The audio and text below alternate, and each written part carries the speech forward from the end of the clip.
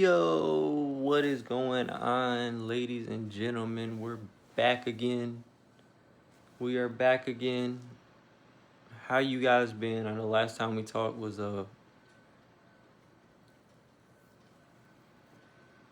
2 months ago, I think. But I want to know how you guys been doing. I've been doing pretty good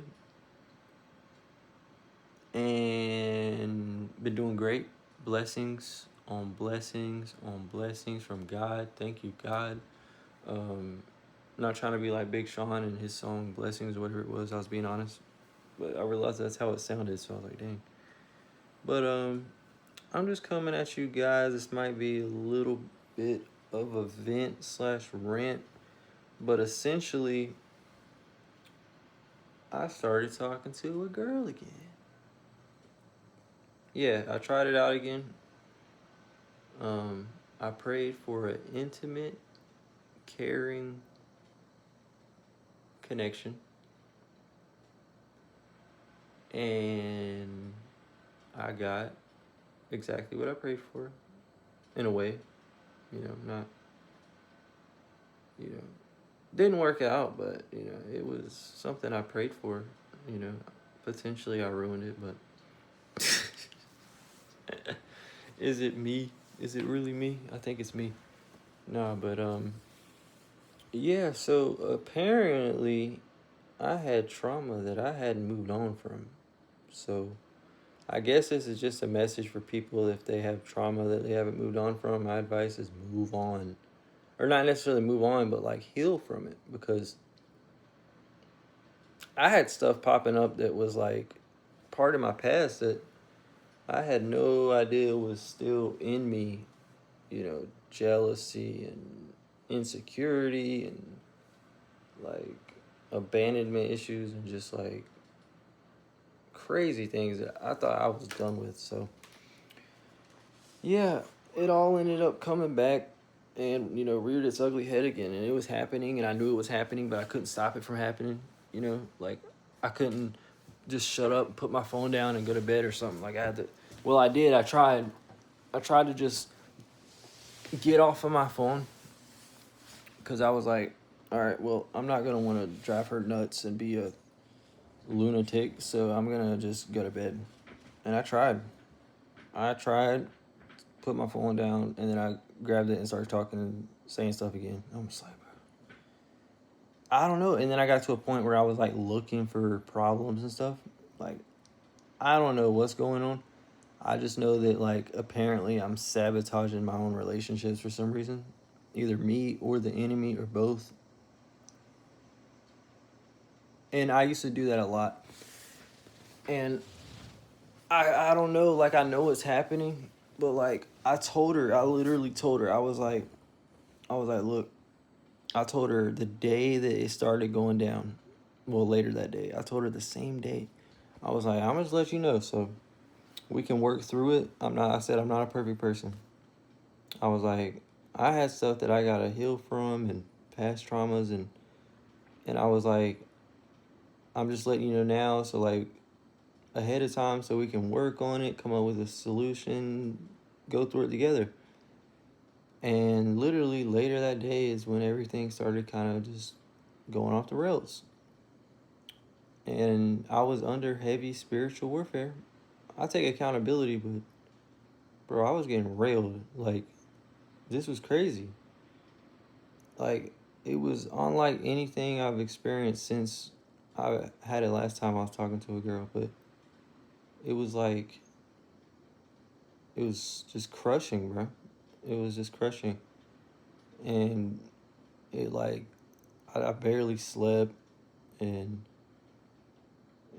ended up hanging up on her during the night, and it was just like, dude, like, which I mean, she was asleep and it was late, but I was just like, dude, like, I just hung up. I was like, nah, I'm going to bed, or I'm just getting off the phone, because we were gonna stay on the phone, and she was gonna wake me up for work or whatever. But it's just like, I don't know what happens when that happens. Like, I don't know if anybody else has experienced this, but I might actually read from my book. I might actually read from my book about, and the funny thing is, the funny thing is, it's literally my birthday today.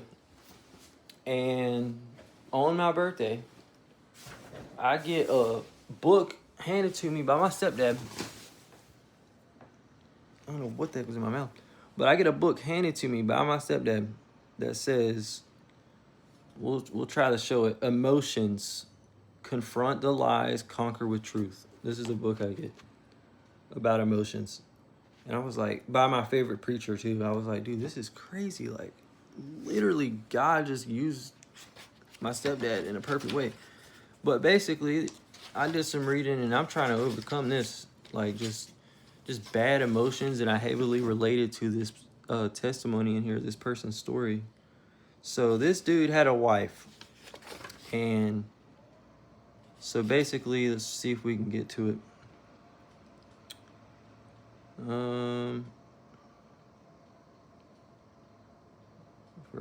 For a second, feelings of full range. Let's see if we can find it.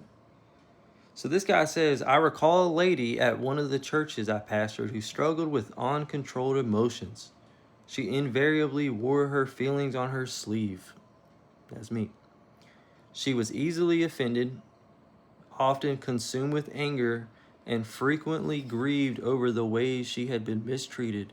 Sadly, she had no idea of how this was ruining her life and affecting those around her. She was unaware that she had a choice in the matter. I can still remember the day I went to church with her husband, and he expressed his brokenness over their strained marriage.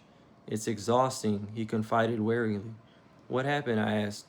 Nothing unusual, he said. It's the norm, actually. But some days I just find it so draining. I never know which version of my wife I'll find when I go to the breakfast table in the morning, or what drama will be waiting for me when I get home from work at night. Some evenings, as I reach out to take the doorknob, I just pray, God, please give me the strength to face whatever is on the other side of this door. I dread the emotional firestorm that awaits me. Sometimes she's happy, even giddy with good news, and that's great. But more often than not, she is sad to the point of tears, or so extremely angry that she throws the dishes. I never know what to expect. It's as if she's on a roller coaster that never ends, and unfortunately, I'm along for the ride whether I like it or not. It's exhausting. And so, something I related to that, but something I really related to was this one part of this where I was like, yeah, this is crazy. So basically, he says, instead of enjoying the wonderful gift of marriage they had been given, this couple was caught in a destructive cycle of outbursts and avoidance. The more she would attempt to provoke a response from her husband through her emotional outburst, the more he would avoid her, and the more he tried to pacify his wife's pain by not engaging with her. So he's just ignoring her. The more explosive her responses to him became. These destructive emotions created a constant tension within her. She was continually plagued with anxiety and suspicion towards those around her. Worst of all, she refused to forgive those who wronged her. If something triggered those old hurts in her memory, she would recall and rekindle a tense emotion she had experienced years before within seconds. She allowed her emotions to rule her, and because of her inability to overcome them or to choose her responses, she was unable to fully enjoy the blessings the Lord had for her. She did not live with the sense of his victorious power. Rather, she endured the terrible bondage of continuous inner churning and restlessness, which kept her from experiencing God's wonderful plan and purpose for her life.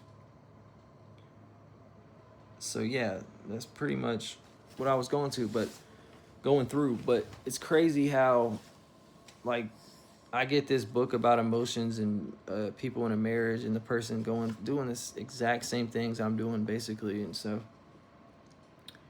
yeah, I pray for healing. I pray for restoration. I pray for help. Dr. Stanley deals kindly and compassionately with the 5 key emotions that wound us: fear, rejection, bitterness, guilt, and depression, even sharing his own personal experiences with emotion. So yeah, thanks God. I mean, you literally lined it up perfectly. So I pray that I forgive myself. I pray that God forgives me, and I pray that she forgives me. Not even because I'm trying to go back in her life, but because I'm, you know, trying to heal, man. And it's been years, bro. I was like, I'm good. Nothing is wrong, bro. Boy, was I wrong. Like, it's crazy. Like, I don't know. It's completely irrational and it makes no sense sometimes, but it's like, I couldn't help it. And, like, she did everything and she was, like, accommodating things and just trying to help, and it just wasn't enough, dude. It just wasn't enough. You know, like the reassurance I really wanted, you know, at least temporarily, like I told her, I just didn't feel like I was getting. So I don't know. I mean, I don't know. I gotta heal, and some people just ain't a match. It is what it is, because I've, you know, literally talked to a old friend, my old ex, you know, recently, and she was just instantly, it was so reassuring. Like, it was just like, wow, okay, you got me. Like, but I never got that with her. It just wasn't happening, so it didn't work out. But regardless, everything happens for a reason, you know. So you gotta learn from your mistakes. I'm gonna read this book. You know, maybe not. I'll probably read a little bit more tonight, but you know, I'm definitely gonna finish reading it soon. So yeah, love you guys. Just focus on your not focus on your emotions, but focus on healing any trauma you have, because it's gonna show up later.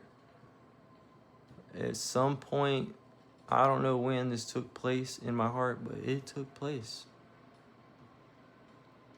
Some rejection, some lie, some stronghold in my mind, some abandonment issue, guilt, like somewhere, most definitely something happened in my mind with trauma. And and you know, I didn't know that it was still there, because I don't really experience that on a day-to-day basis, really, or like ever. But this relationship was the first time it actually happened. So yeah, I pray for you guys that y'all heal from any trauma and problems you experience. Pray I definitely heal from the stuff I got going on. God makes me whole again, please, Lord Jesus. So don't act like a lunatic. But that's pretty much the end of the video. I appreciate you guys for watching. Y'all have a great one. Remember, don't be lunatics. Peace.